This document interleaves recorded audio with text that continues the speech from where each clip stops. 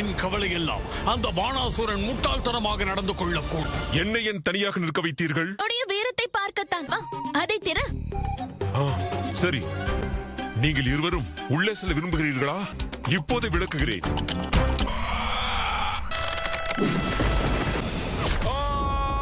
காக்க வந்தவனாக இருந்தால் அசுரர்கள் அடைத்து வைத்துள்ள குகைக்குள் செல்ல சொல்ல மாட்டான். இந்த 2 சிறார்களிடம் சிக்கிக் கொண்டான் இவன். சிறிதும் யோசிக்காமல் புன்னகையோடு வந்து குகையின் பாறையை திறக்க முயற்சிக்கிறார். அரசே!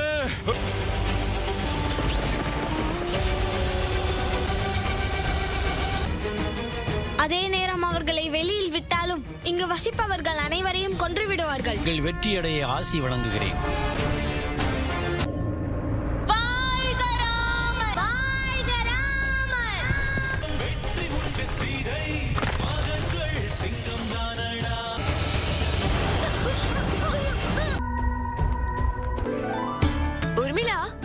குசனுக்கு ருசியான உணவை நீ சமைப்பா என்று கூறிவிட்டாய். அவர்கள் மற்றவர்களோடு அமர்ந்துதானே உணவு அருந்துவார்கள். அயோத்திக்கு வரும் அனைத்து முனிவர்களுக்கும் நீயே உணவை சமைக்க போகிறாயா? ஆம்.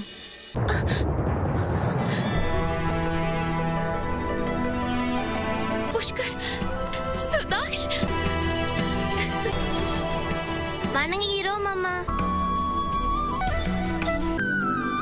அதற்கு உண்டான தகுதி அவர்களிடம் இருக்க வேண்டும். இல்லை என்றால் உங்கள் பெரியப்பா அவ்வளவு ஆர்வம் காட்டுவாரா?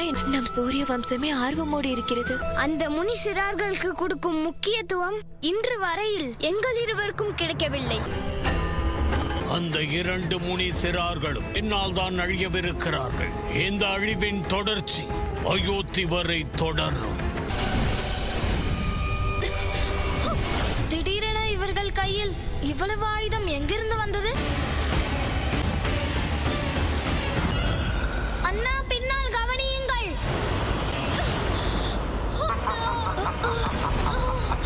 நாம் சுய நினைவுக்கு கொண்டு வர வேண்டும். இவர்களை எத்தனை முறை அழித்தாலும் இவர்கள் வந்து கொண்டேதான் இருப்பார்கள். வாழ்க ராமன்! வாழ்க ராமன்!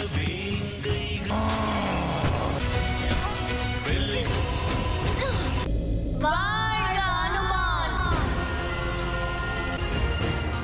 அனுமன் இருக்க பயமில்லையே, வலிமை ஆற்றலின் அரசன் அனுமன் உண்டு. சிவனின் அம்சன் அவனிடம் உண்டு. அருகில் நிற்பான், அவனை அழைப்பான்.